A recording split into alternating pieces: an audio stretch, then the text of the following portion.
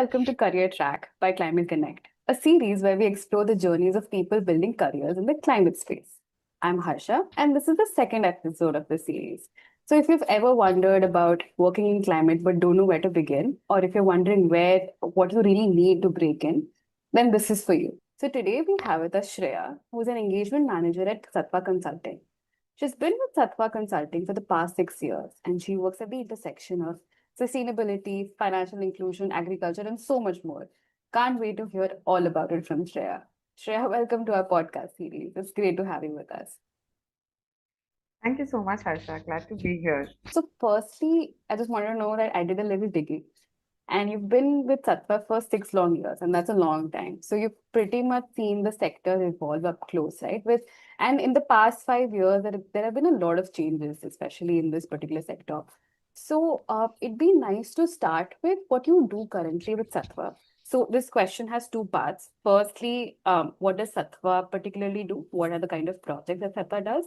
And also, as an engagement manager, right? What does that entail? What does one really do as an engagement manager? Um, for those who don't know, Sattva is a social impact consulting firm that's been around for almost 15 years now, right? And we work not just in India, but also in African and other Asian countries.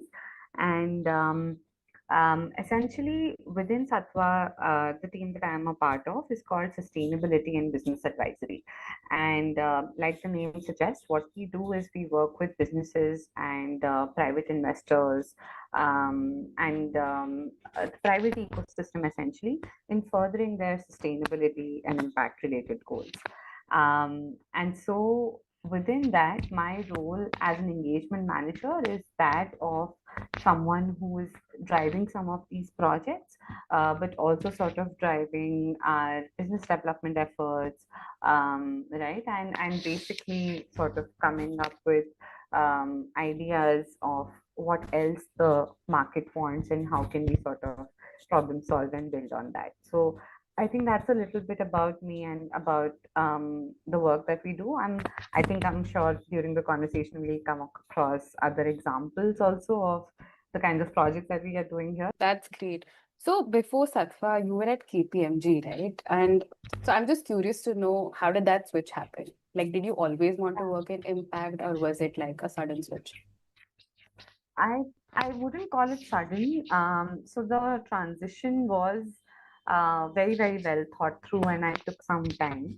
So like you dug rightly, I come from a BCom background, right? Specialized in finance and investment. Got into KPMG right after that. I really loved my job at KPMG. I think it really helped set the foundation um, of any sort of professional skill that you need to build to survive, whether it's communication, whether it's managing stakeholders, whether it's sort of understanding what are some strategic priorities versus you know and understanding how the organizational vision sort of trickles down across the layers. So I think it was a great sort of foundational experience for me, but I through that experience I realized that and actually a little bit of a segue to that is also that while I was at KPMG, I was also very thoroughly involved in their CSR activities. So KPMG has a very regular and at that time had a very budding sort of CSR campaign that they would drive, and as part of which we would go to nearby schools and nearby locations for tree plantations, teaching underprivileged kids, stuff like that, right? And I think that was one part of my job that I really started enjoying, along with the skill sets I was anyway building as an audit associate at the firm, where we were doing a lot of secondary research. We were engaging with clients directly, also with our UK counterparts, and sort of getting things done here. So I think that was a really good experience. But through that experience, I sort of somewhere realized that that while I enjoyed the work that I was doing very much, I wasn't sure if I was very keen on the other aspects of audit because they were very automated and very, very system driven, right? And I think one part of my job that I usually really enjoyed was learning about new things and getting to like with every so a little bit of a deep dive into what I used to do at KPMG. I would do credit reviews for banks and really understanding if the loans that they're giving out are going to be repaid or not. So we would pick like let's say a sample of 8 loans, right, that were given to different oil and gas companies or real estate companies, and then we would have to dig deep on those companies and understand, oh, what is it that they are doing? Do they have the financial capability to repay these loans? And that would mean researching upon the industry, researching upon the organization, doing some level of background digging on them financially and otherwise. And I think that was one part of my job that I really enjoyed, the investigative, research driven part of it, and being able to come up with your own understanding of whether or not you think that this is a good loan or a bad loan.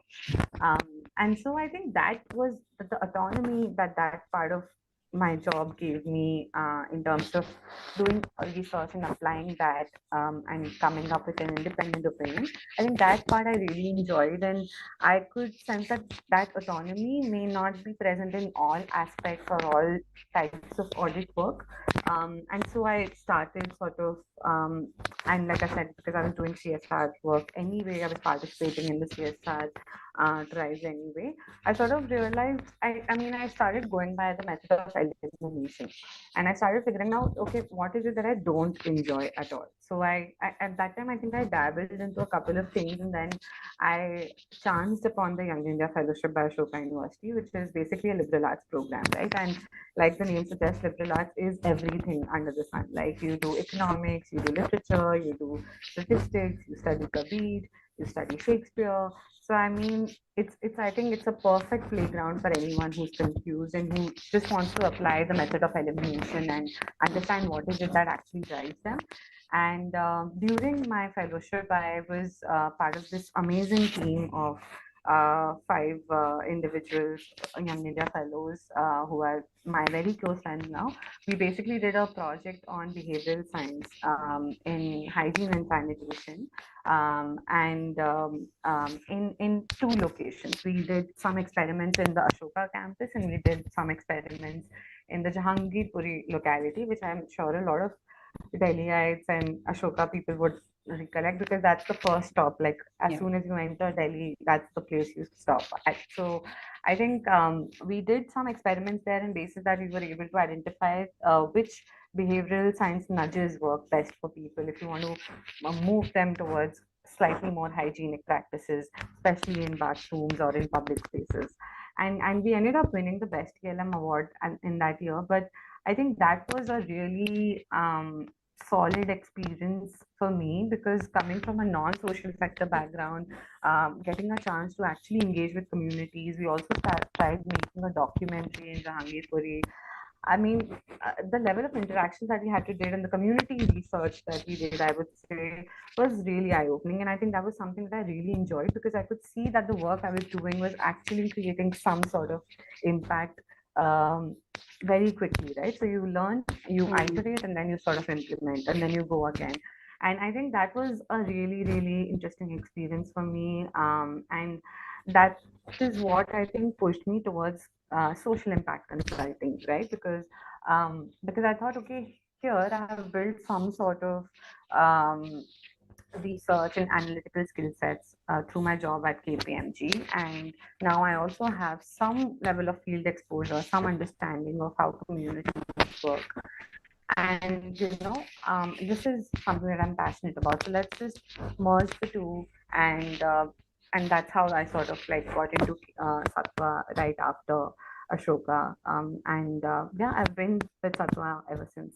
Yeah. Yeah, I mean, really interesting. First things first, I'm also a fellow Ashokan. So got all Ah, the I didn't know that.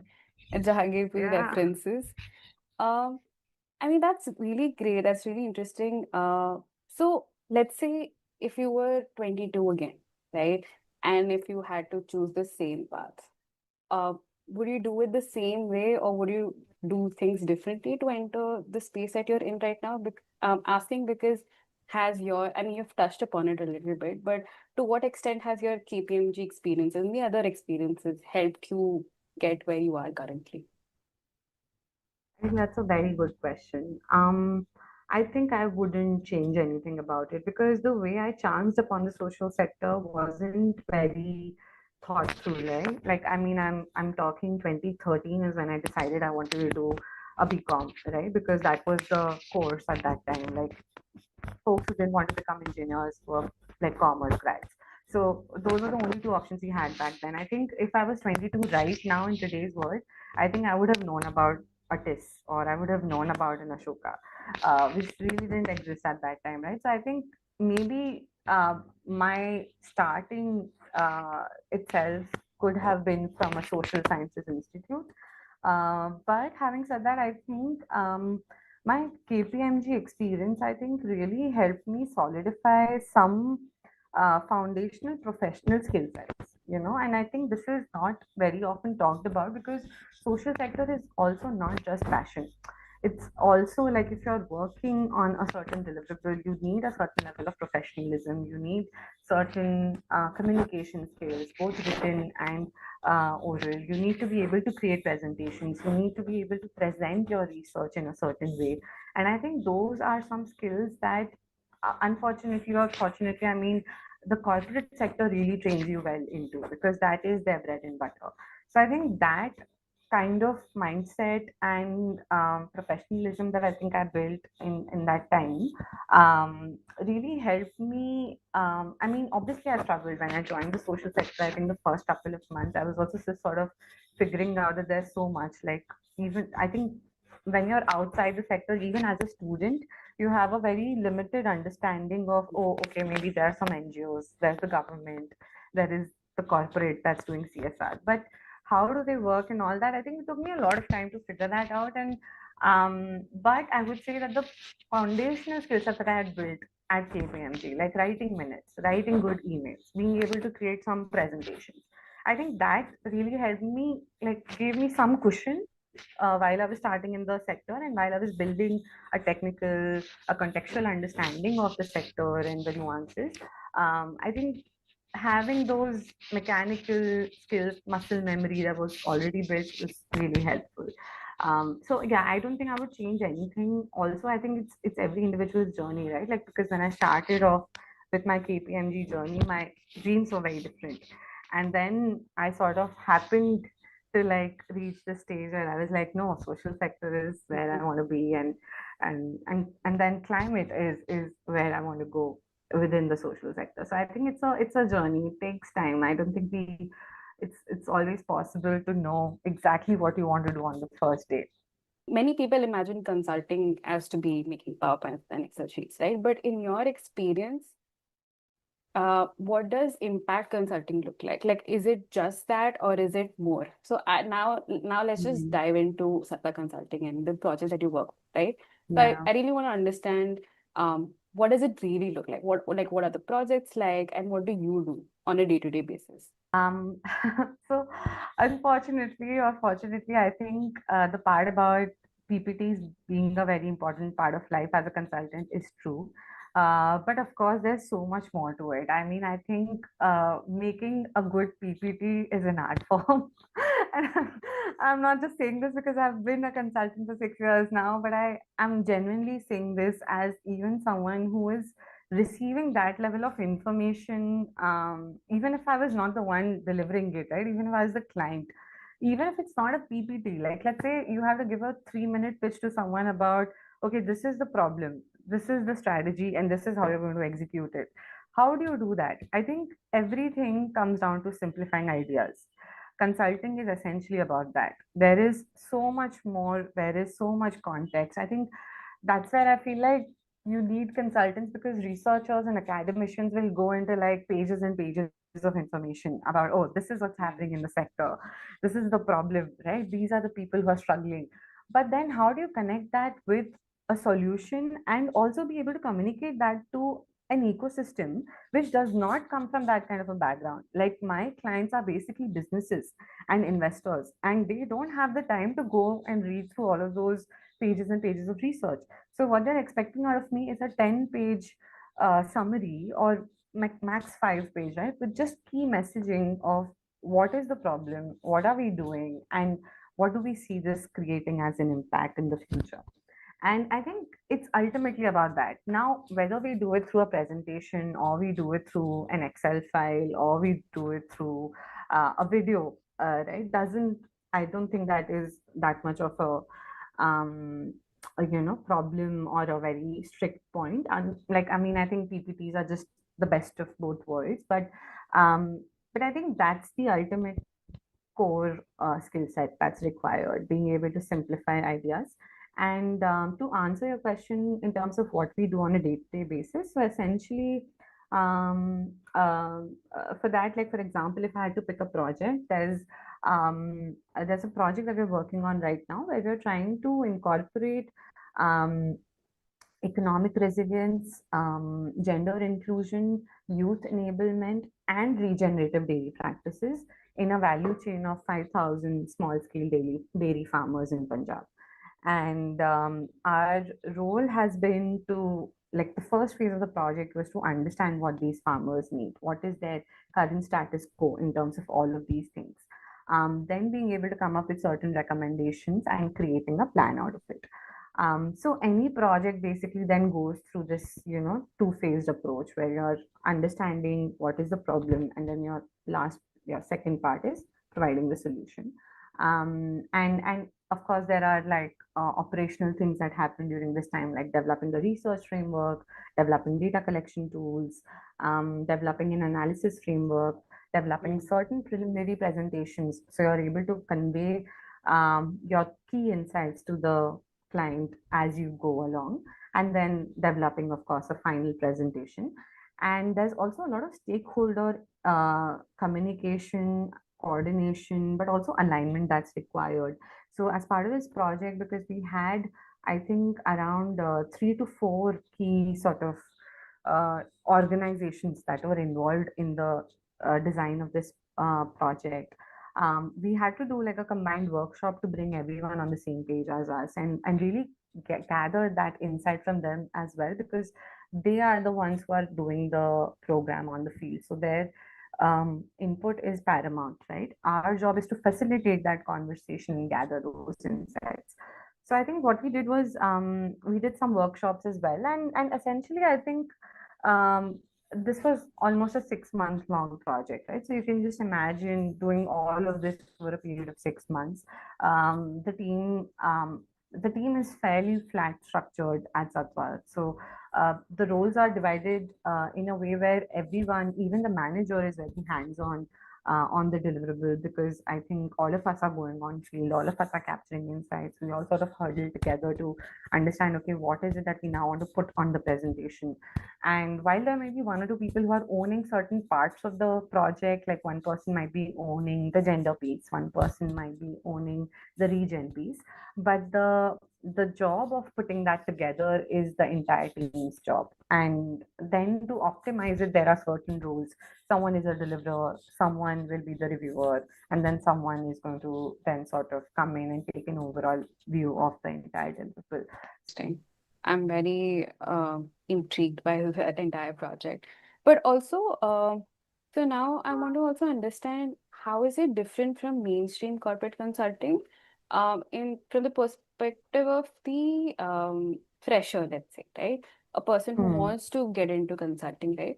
So for them, what is the difference between corporate consulting versus climate impact consulting? Like in terms of A, what skills do they need before they enter the job? And Yeah. also, once they get out of that, right? Like what skills are they leaving that organization with? Yeah. So I think in terms of technical skill sets, and even to some extent the soft skills that are required for consulting, right? I think any kind of consulting requires a lot of resilience, requires a lot of patience, requires a lot of passion in terms of what you're doing, because it's very exacting. It's not exactly a very balanced sort of role or profession. You will be required on some days to go over and above your required, your designated hours and sort of finish stuff. You'll be required to communicate and engage with a lot of stakeholders, get their inputs and get things done. So I think both soft skills and hard skills are somewhat similar in both climate consulting and corporate consulting. The main difference is the thematic expertise, right? I think it's and what you're passionate about. If you're passionate in solving problems for businesses, then maybe corporate consulting is the way to go. But even within that, I would add a nuance that we also see now that a lot of sustainability problems are also business problems.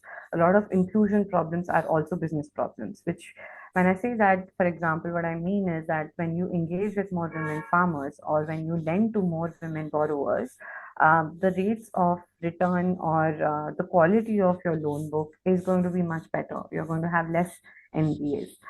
Similarly, when FMCG companies engage with women farmers, they see that there is lesser attrition, there is better quality of produce, and stuff like that. So impact related problems are also business related problems.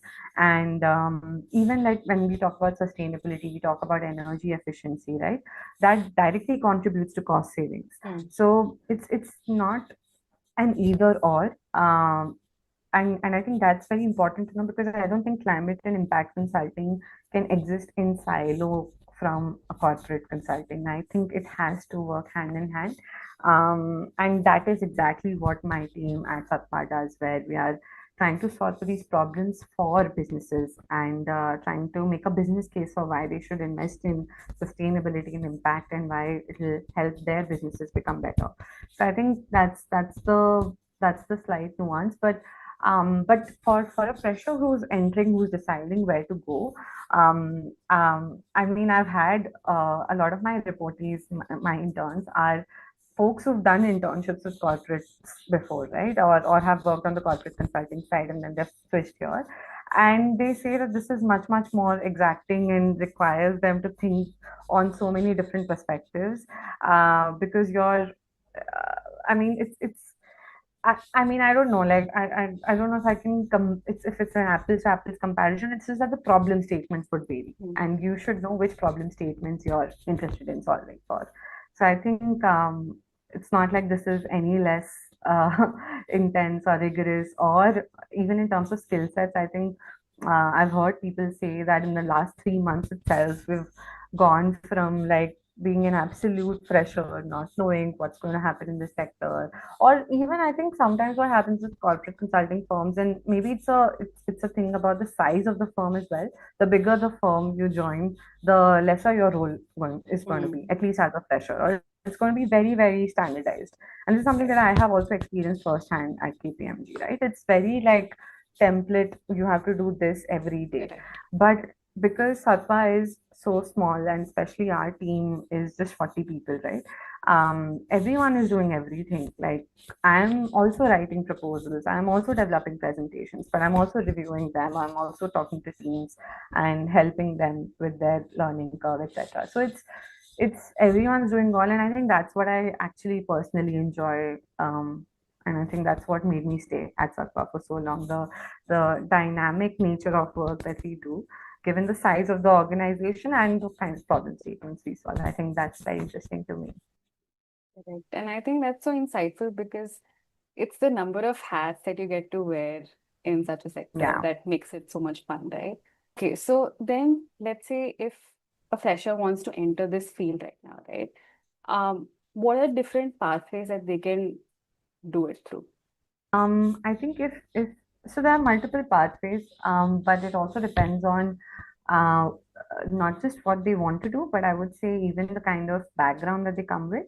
So, for example, there are 4 or 5 standard pathways, right? And one can pick a basis what they're interested in, but basically one is research. You go into organizations like A3, CW, which are into hardcore research and developing research and knowledge around climate and impact, right? And I think that's a very, very important role, because while there is a lot of knowledge that's available, I think a lot of it is not also contextualized. There's a huge dearth of knowledge when it comes to the Indian context. And maybe we'll talk about this a little bit later, but I mean, I was doing my dissertation on the impact of climate change on a tribe in central India, and there's not much that's available. So I think this is a very, very important role, that of a research institution, right? That's one archetype. The other archetype is that of an implementation body. So an NGO, basically, that's doing the work on the ground.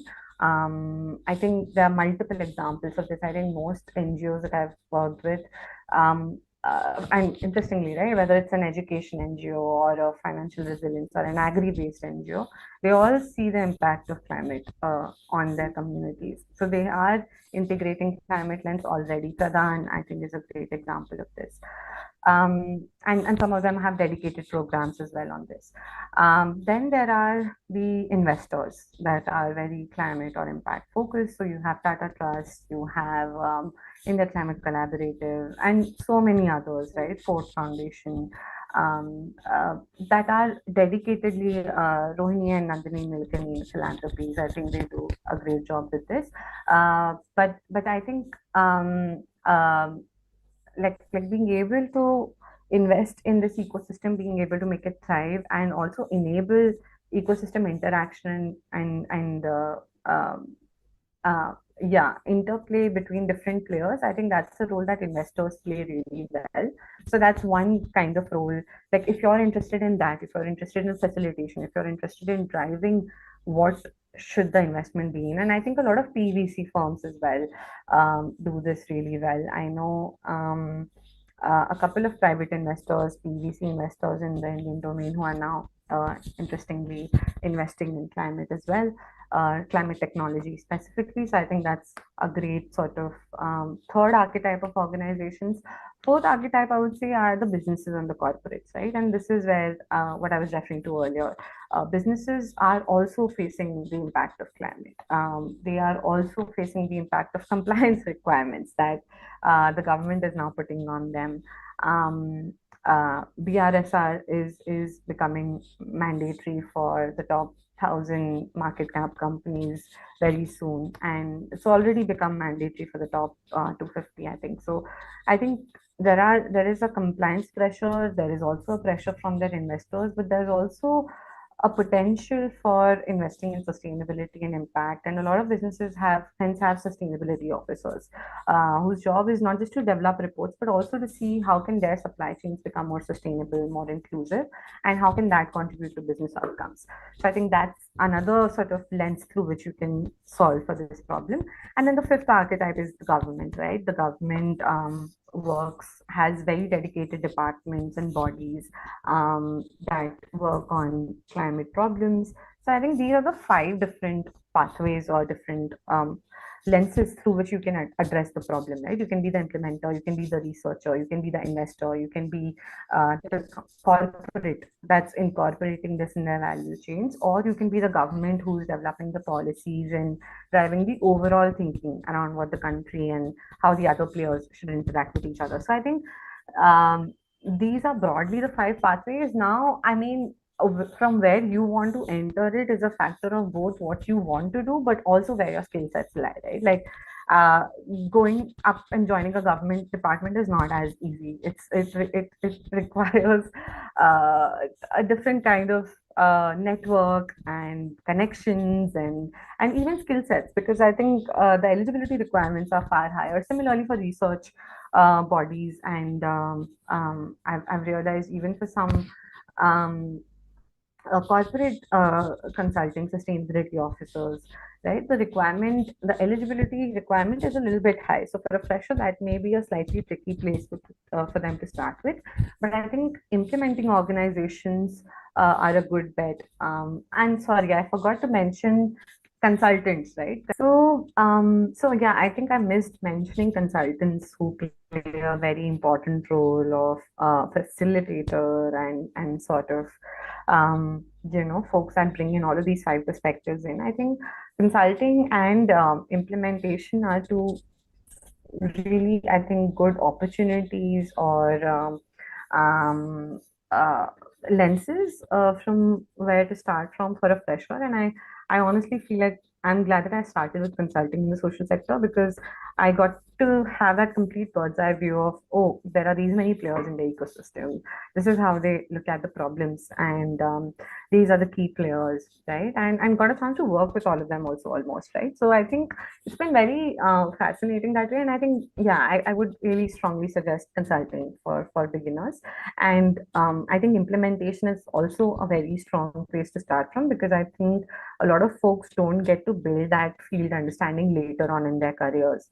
So I think if you have age on your side, please go to the field and like explore as much as you can while you can, because I think that um, that voice is really important in any room. Like even now as consultants, when you're working on a project, it's not that you can read some papers and just give a Yeah. strategy that's not grounded in reality. So you always need experts, you always need people who have that ground experience. So if you have age and you don't have any financial responsibilities that are immediately